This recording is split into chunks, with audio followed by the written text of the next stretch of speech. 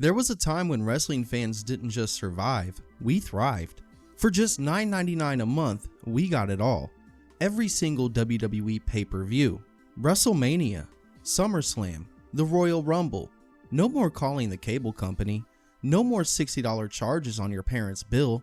Just open the app and there it was. For the low price of $9.99, as Michael Cole reminded us time after time. But that wasn't even the best part. The network had it all. Raw, SmackDown, ECW, WCW, NWA, Smoky Mountain, AWA, classic territory footage, hidden gems, exclusive documentaries, new shows every week, and the best part? It was all on demand, whenever you wanted it. It felt like wrestling had finally arrived in the digital age, and the fans were treated with respect. But today, that dream is dead. The network has been gutted, chopped up, sold off. If you're in the US, you're stuck with Peacock, a streaming service that edits out the gritty parts and buries the archives. If you're overseas, you'd better have a Netflix account, and you'll just get what you're given. So what happened? How did WWE go from creating the most ambitious streaming platform in pro wrestling history to killing it off? This is the rise and fall of the WWE Network. Before there ever was a WWE Network, the idea of a full-time wrestling channel seemed like fantasy. But WWE, then still WWF, had big dreams long before streaming was part of the conversation. Back in the year 2000, WWF had just left the USA Network for TNN and Viacom. That messy departure triggered a lawsuit, but what came out in court was even more revealing. WWE wanted to create their own cable network. Linda McMahon testified that the company had even tried to buy the Sci-Fi Channel to turn it into a 24/7 wrestling station. USA executives shot the idea down. So instead, the dream was shelved, for now. Throughout the 2000s, WWE played with the idea. They launched WWE 24/7 On Demand, a service that let you watch classic matches through your cable box. It was cool, but it was limited, and it cost more than most people were willing to spend for archived footage. But WWE never stopped thinking bigger. By 2011, Vince and the company began floating the idea of a real WWE network. This time, not a cable channel, but something totally new, something digital, something ahead of its time. In late 2011, WWE started conducting fan surveys where they asked, would you pay for a WWE streaming service? Would you subscribe if it included every pay-per-view? What if it had exclusive shows? WWE Legends House was filmed and shelved. WrestleMania Rewind was teased, and a mysterious countdown clock appeared on WWE.com, targeting April 1st, 2012, the same day as WrestleMania 28. But the date came and went. No launch. The dream was still cooking behind the scenes though. Over the next year, WWE kept tweaking the plan. By 2013, they had shifted the focus. Instead of a premium cable channel, they would go full OTT, over-the-top digital streaming. They partnered with MLB Advanced Media, the same company that built the infrastructure for MLB.TV. This gave WWE a solid technical foundation for on-demand content and live streaming. It was a massive risk, but one Vince McMahon was willing to take. Finally, at CES, the Consumer Electronics Show in January of 2014, WWE officially announced it. It's over the top, it's 24/7, and it's only $9.99 a month. The WWE Network would launch on February 24th, 2014, the night after Elimination Chamber and just weeks before WrestleMania 30. It was a bold move, bypassing pay-per-view providers entirely. You wanted WrestleMania? Then sign up for the network. WWE knew they'd take a short-term hit in pay-per-view revenue, but they were betting big on long-term subscriber growth. At launch, the network featured every WWE, WCW, and ECW pay-per-view, archives of Raw, SmackDown, Nitro, and more. Original series like Countdown, NXT, WrestleMania Rewind, and Legends of Wrestling, live programming, and a 24/7 live channel feed for people who just wanted to turn it on and watch something. The back end struggled, streaming broke, Xbox apps didn't work, people couldn't log in, but but the value was undeniable. The network hit 667,000 subscribers by WrestleMania 30. WWE needed at least 1 million to break even. They weren't there yet, but the fans were loving it. WWE's next move? Go global. In 2014, they would launch in Canada, Mexico, Spain, Australia, Singapore, and Hong Kong. The network would roll out in the UK and Ireland in January of 2015. India would join in November. By early 2016, WWE Network was available in dozens of countries. The numbers kept climbing. 1 million subs by January 2015, 1.3 million by mid-2015, 1.5 million by WrestleMania 32, and 2.1 million total users by 2018. For a few glorious years, WWE was ahead of every other sports brand. UFC didn't have a dedicated network like this. MLB.TV wasn't doing original documentaries. Even Netflix didn't have a live sports style format. And WWE kept pumping out content. WWE 24 gave backstage access after big events. Ride Along showed superstars traveling together. Breaking Ground took fans inside of NXT. Camp WWE brought raunchy adult animation. Table for Three gave intimate, unscripted conversations. The Monday Night War was a 20-episode docuseries that let WWE finally tell their version of the WCW collapse. This wasn't just a streaming service, it was a living museum, a content machine, and a wrestling fan's dream playground. By 2019, the WWE Network had matured, and so had the technology around it. WWE's original back-end provider, MLB Advanced Media, had been bought out by Disney, transforming it into BAMTech. They were now sharing infrastructure with a company owned by one of their biggest entertainment competitors. So WWE jumped ship.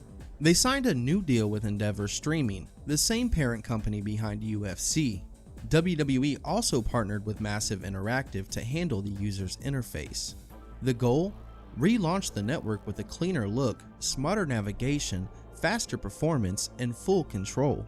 In July 2019, just before SummerSlam, WWE quietly flipped the switch.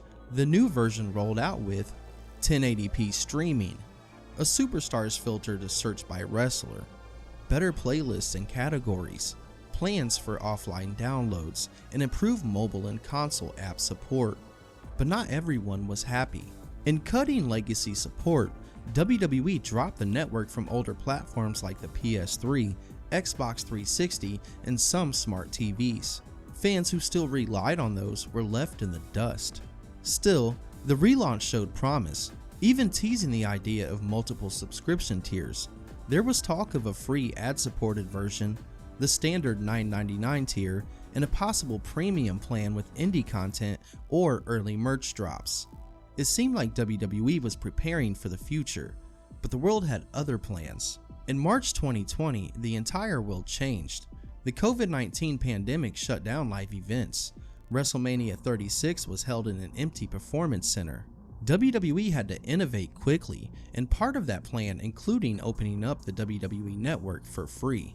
For a limited time, WWE made thousands of hours of content available to everyone. Then, on June 1st, 2020, WWE formally launched the free tier of the network. It included recent episodes of Raw Talk and The Bump, older pay-per-views, some original series like Monday Night War and Ride Along, and interviews and short-form content. It was meant to act as a funnel, bring fans in for free, hook them with content, and convert them into paying subscribers. And while smart, it also hinted at something else. WWE might have been looking for a way out. The network was no longer growing at the pace Wall Street wanted. Fan complaints were rising, and WWE's licensing revenue from TV deals was far more lucrative than trying to run their own Netflix.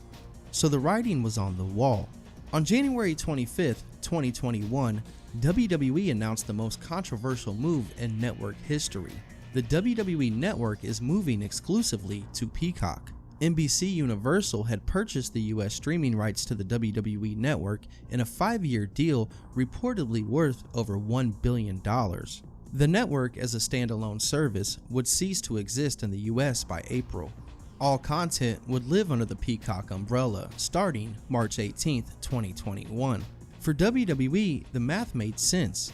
Guaranteed money, massive exposure, alignment with a media partner who already aired Raw on USA Network. But for fans, it felt like a downgrade.